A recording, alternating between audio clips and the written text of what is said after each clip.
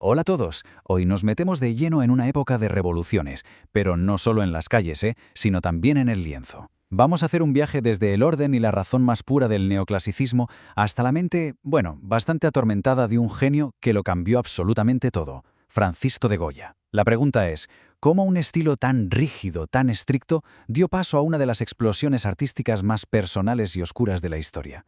Pues venga, vamos a descubrirlo. Para entender bien esta transformación, vamos a seguir una ruta muy clara. Primero, vamos a descifrar las reglas del neoclasicismo, viendo cómo se aplicaron en la arquitectura, la escultura y la pintura.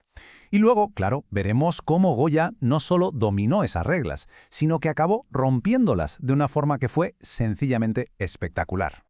A ver, todo gran movimiento artístico nace como una reacción, ¿no? Como una respuesta a lo que había antes.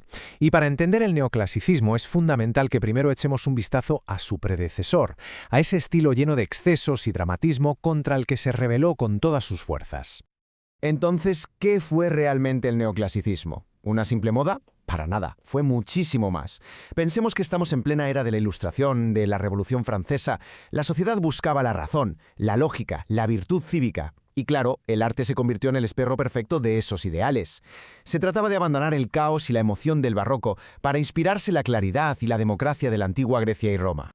El contraste es que es brutal, ¿a que sí?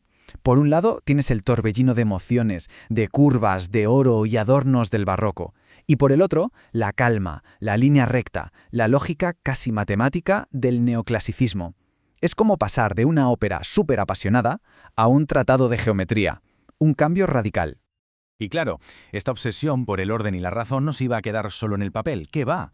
Se levantó piedra sobre piedra en la arquitectura de la época. Se convirtió en una auténtica declaración de principios hecha edificio.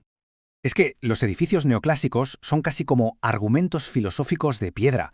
Todo en ellos te grita poder, estabilidad, razón, líneas rectas por todas partes, una simetría perfecta, esas columnas que te recuerdan a los templos griegos y, por supuesto, cúpulas que evocan la grandeza del mismísimo Panteón de Roma. Un ejemplo que lo clava es la iglesia de la Madeleine en París. A ver, si la miramos así de primeras, ¿parece una iglesia? Pues no, la verdad. Parece un templo romano que han cogido y han plantado en mitad de Francia. Y esa era justo la intención, asociar el nuevo poder, el de Napoleón, con la gloria eterna de la antigüedad clásica. Si nos fijamos en los detalles, es alucinante. La simetría es absoluta. Las columnas corintias se levantan con una elegancia matemática, y el mármol blanco le da ese aire de pureza casi divina. Aquí no hay espacio para el desorden ni la improvisación. Todo está pensado, todo es racional.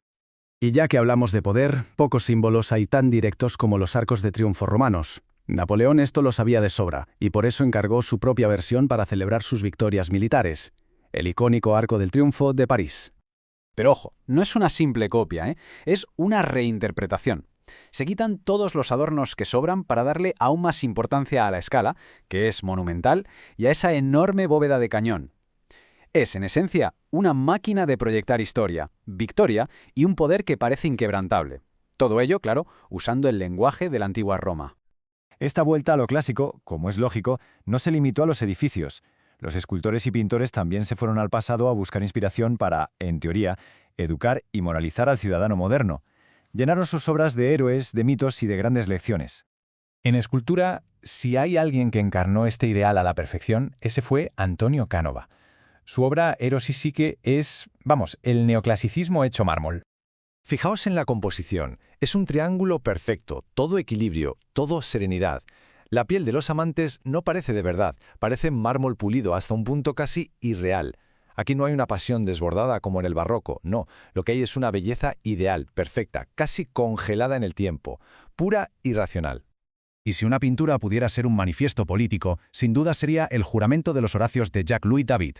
Esta obra no era solo para decorar una pared, era literalmente una llamada a las armas para la nueva República Francesa. A ver, no nos engañemos. Esto es propaganda revolucionaria en estado puro. David usa una leyenda romana para exaltar valores como el patriotismo, el sacrificio por el Estado. Y mirad la composición.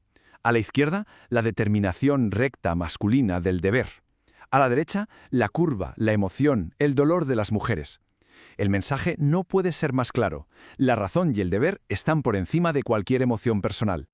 Y es justo en este mundo, en este universo de reglas estrictas y de héroes de mármol, donde aparece una figura que primero lo iba a dominar por completo para después hacerlo saltar por los aires.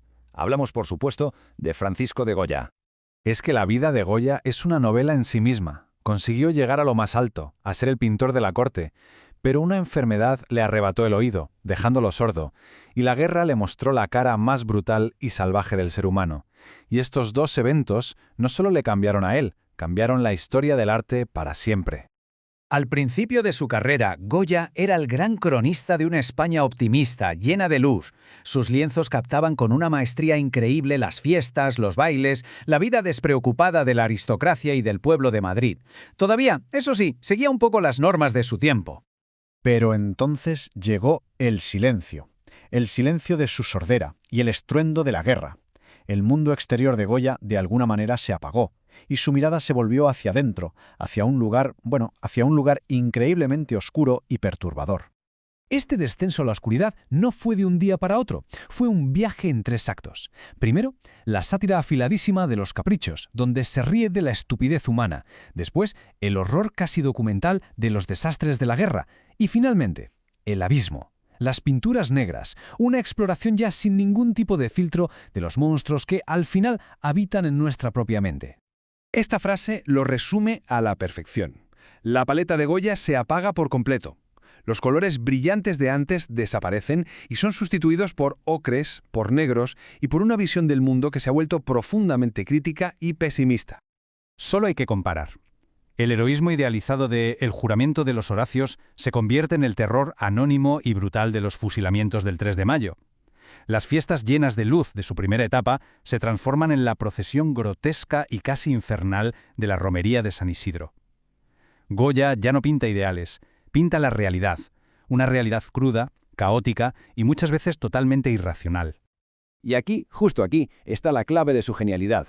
Al atreverse a pintar sus propios demonios con una honestidad tan brutal, Goya se liberó por completo de las cadenas del neoclasicismo. Y sin ni siquiera saberlo, estaba abriendo la puerta a todo lo que vendría después. Al impresionismo, al expresionismo, incluso al surrealismo. Un auténtico visionario.